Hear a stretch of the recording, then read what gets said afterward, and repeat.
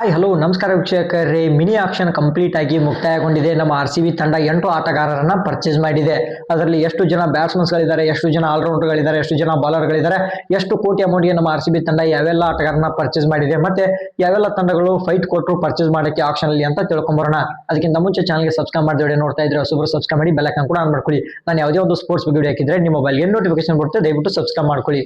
ಮೊದಲನೇ ಆಟಗಾರ ವಿಹಾನ್ ಅಂತ ಹೇಳಿ 30 ಲಕ್ಷ ಕೊಟ್ಟು ನಮ್ಮ RCB ತಂಡ ಲಾಸ್ಟ್ ಮೂಮೆಂಟ್ ಅಲ್ಲಿ ಪರ್ಚೇಸ್ ಮಾಡಿತ್ತು. ಇವ್ರನ್ನ 30 ಲಕ್ಷ ಕೊಟ್ಟು ಪರ್ಚೇಸ್ ಮಾಡಿದೆ, ಬ್ಯಾಕಪ್ ಆಗಿ ಯೂಸ್ ಮಾಡುತ್ತೆ ಇವರು. ಬಟ್ ಡೊಮೆಸ್ಟಿಕ್ ಅಲ್ಲಿ ಚೆನ್ನಾಗಿ ಪರ್ಫಾರ್ಮ್ ಮಾಡಿದ್ರು. ಒಟ್ಟಿನಲ್ಲಿ ಬ್ಯಾಟ್ಸ್ಮನ್ಸ್ ಬಂದಿದ್ದಾರೆ 30 ಲಕ್ಷಕ್ಕೆ. ನಂತರ ಕನಿಷ್ಕ್ ಚೌಹಾಣ್ ಅಂತ ಹೇಳಿ 30 ಲಕ್ಷಕ್ಕೆ ನಮ್ಮ RCB ತಂಡವನ್ನ ಸೇರ್ಕೊಂಡಿದ್ದಾರೆ. ಇವರು ಬಾಲರ್ ಅಂತ ಹೇಳ್ಬೋದು. ಇವರು ಕೂಡ 30 ಲಕ್ಷಕ್ಕೆ ನಮ್ಮ RCB ತಂಡವನ್ನ ಸೇರ್ಕೊಂಡಿದ್ದಾರೆ.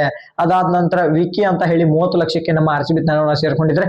ನಮ್ಮ RCB ಇವ್ರನ್ನ ಪರ್ಚೇಸ್ ಮಾಡಿದೆ 30 ಲಕ್ಷಕ್ಕೆ. ಇನ್ನ ಜಾರ್ಡನ್ ಅವರು ಇಂಗ್ಲೆಂಡ್ ಮೂಲದ ವಿಕೆಟ್ ಕೀಪರ್ ಕಮ್ ಬ್ಯಾಟ್ಸ್ಮನ್, ಇವ್ರನ್ನ ನಮ್ಮ RCB ತಂಡ 75 ಲಕ್ಷ ಕೊಟ್ಟು ಪರ್ಚೇಸ್ ಮಾಡಿದೆ. ಇವರು ಬ್ಯಾಕಪ್ ಇರಲಿ ಅಂತ. ಫಿಲಿಪ್ ಸಾಲ್ಟ್ ಅವರು ಇದ್ದಾರೆ, ಮತ್ತೆ GT ಶರ್ಮಾ ಇದ್ದಾರೆ. ಇನ್ ಕೇಸ್ ಅವರು ಇಬ್ರು ಅನ್ಅವೈಲೇಬಲ್ ಆದ್ರೆ ಒಬ್ರು ಬ್ಯಾಕಪ್ ಇರಲಿ ಅಂತ ಜಾರ್ಡನ್ ಅವ್ರನ್ನ 75 ಲಕ್ಷ ಕೊಟ್ಟು RCB ಪರ್ಚೇಸ್ ಮಾಡಿಕೊಂಡಿದೆ.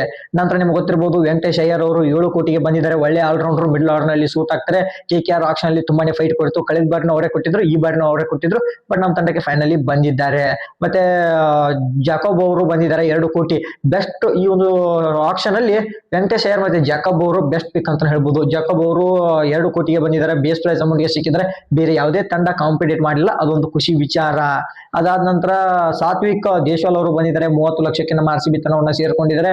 ನಿಮ್ಗೆ ಗೊತ್ತಿರಬಹುದು ಡೊಮೆಸ್ಟಿಕ್ ಅಲ್ಲಿ ಚೆನ್ನಾಗಿ ಪರ್ಫಾರ್ಮ್ ಮಾಡಿದ್ರು. ಮತ್ತೆ ಇವರು ಬೇಸಿಕಲಿ ವಿರಾಟ್ ಕೊಹ್ಲಿ ಫ್ಯಾನ್, ಮತ್ತೆ RCB ಫ್ಯಾನ್. RCBಗೆಲ್ಲ ಮುಂಚೆ ಮ್ಯಾಚ್ ಗಳು ನೋಡಕ್ಕೆ ಚಿನ್ನಸ್ವಾಮಿಗೆ ಬಂದಿದ್ರು ಅಂತವ್ರು ಇವಾಗ RCB ಟೀಮ್ ಪಾಲಾಗಿದ್ದಾರೆ. ಇನ್ನ ಮಂಗೇಶ್ ಯಾದವ್ ಅವ್ರನ್ನು ಕೂಡ 5 ಕೋಟಿ 20 ಲಕ್ಷ ಕೊಟ್ಟು ಪರ್ಚೇಸ್ ಮಾಡಿದೆ. ಕಳೆದ ಬಾರಿ ರಸಿಕ್ ದರ್ ಅವ್ರನ್ನ ಪರ್ಚೇಸ್ ಮಾಡಿತ್ತು. ಅವ್ರಿಗೆ ಏನು ಅವಕಾಶನೇ 1-2 ಪಂದ್ಯ ಕೊಟ್ಟರು, ಮತ್ತೆ ಬೆಂಚ್ ಕಾಸಿದ್ರು.